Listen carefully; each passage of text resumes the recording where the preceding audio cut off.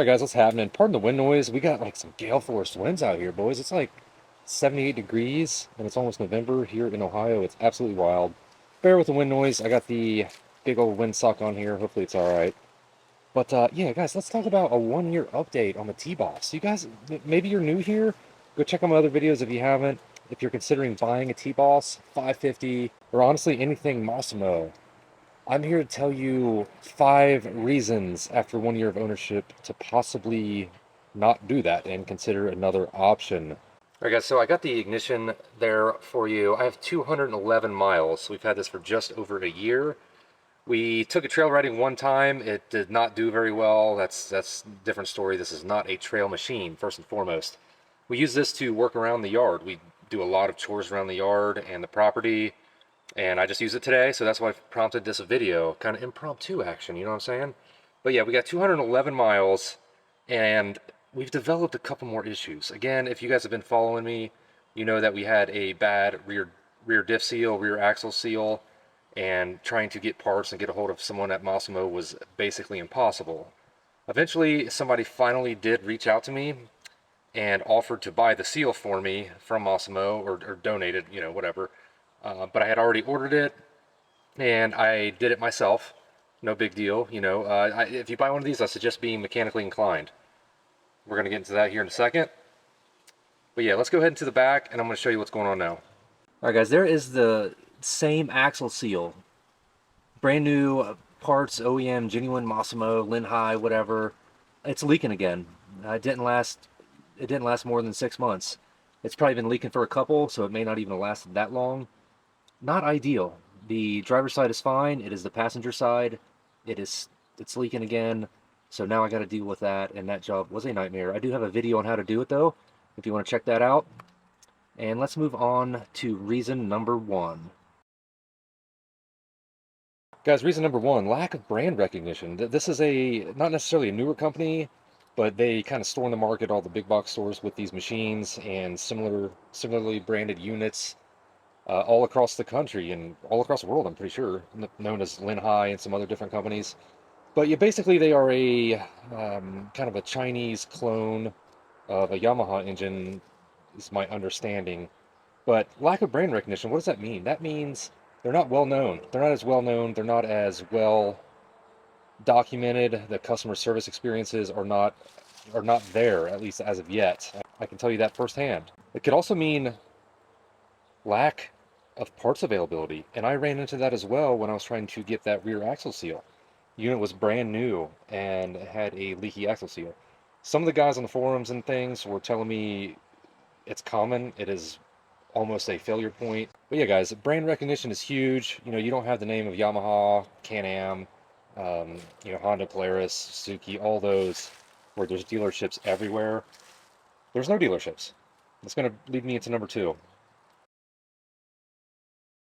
Number 2, lack of dealer network. Guys, make sure you have a dealer nearby. If you buy one of these from a big box store, don't. That's my biggest piece of advice. If you do have a dealer nearby, they're probably going to be a lot better than a big box store like where this came from.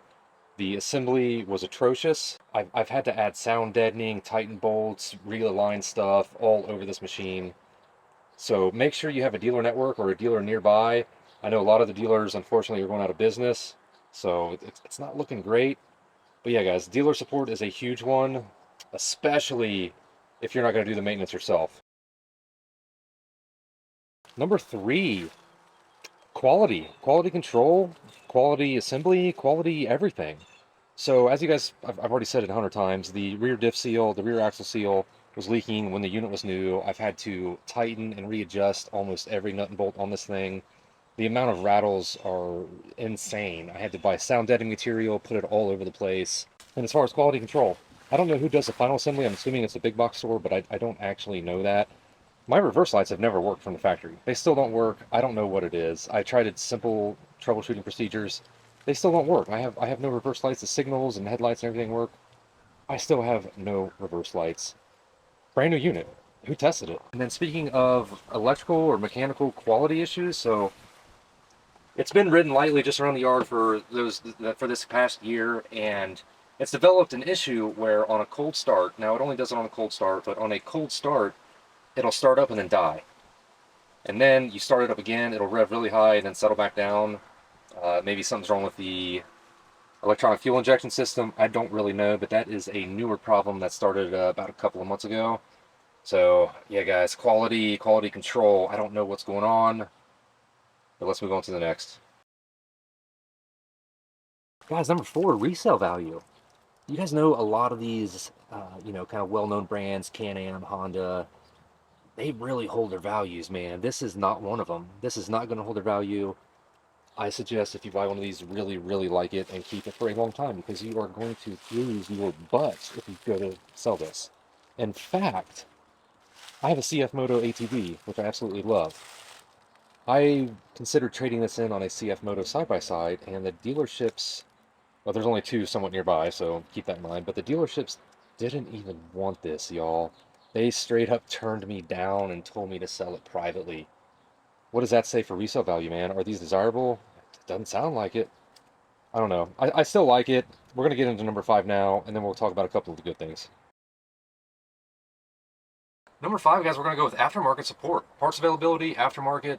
There's really nothing tailor-made to this. You have to kind of custom do everything, and that's why I said you really need to be mechanically inclined and do the maintenance and repairs yourself. I put in a big mirror, all the extra lights, because the factory lights are absolute garbage. Ordered some nice switches, cut them in there. Everything is doable if you can do it yourself, or you should have a really good dealer nearby. So yeah, guys, that's my last reason right there. Parts availability, especially in the aftermarket. But guys, it's not all bad. Let's talk about some of the good stuff. I've got a year under my belt with this thing now. I know it in and out. So there's a lot I do like about it.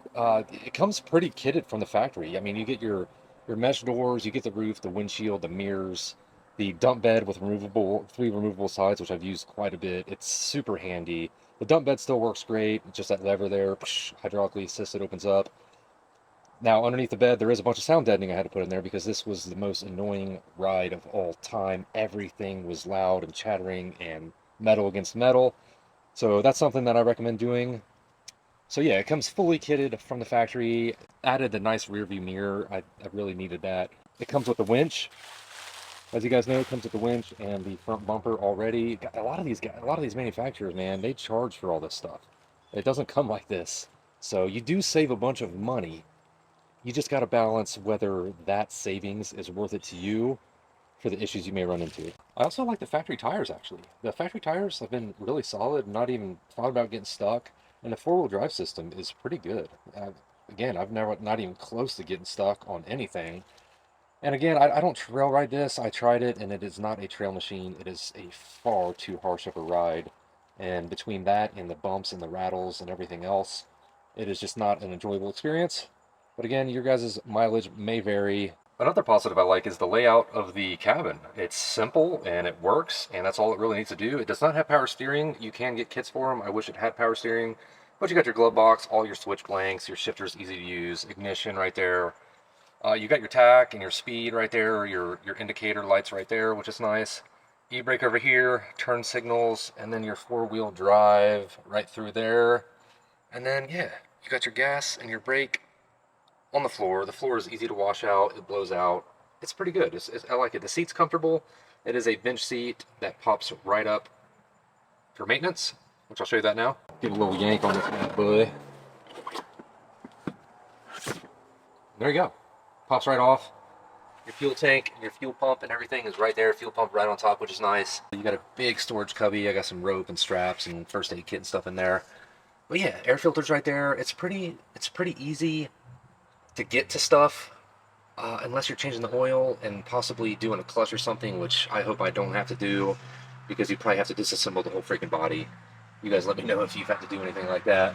But yeah, guys, that's pretty much it. Thank you guys for watching the video. Those are my 5 reasons why. The biggest ones for me are parts availability, support from the manufacturer, and the resale value. Guys, the resale value is atrocious on these. I promise you. You're never going to get your money back. You're going to rock this thing till the wheels fall off for sure. I love y'all. Hit that subscribe button. We'll see you next time.